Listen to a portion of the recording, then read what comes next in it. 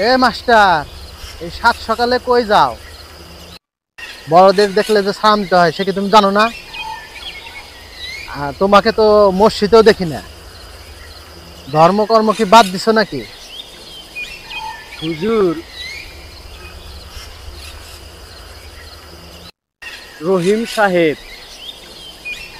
উনি তো সরকারি বড় কর্মকর্তা। ঘুষ ছাড়া কোনো ফাইলেই তিনি সই করেন না।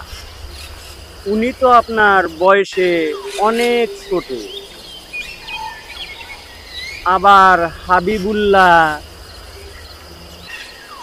উনি তো সুদের উপরে টাকা খাটান।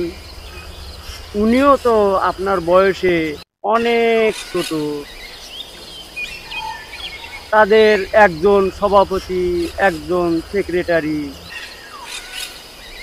তাদেরকে তো আপনি উপদেশ দিতে পারেন না। আমি তো কখনো দেখিনি তাদেরকে উপদেশ দেওয়া।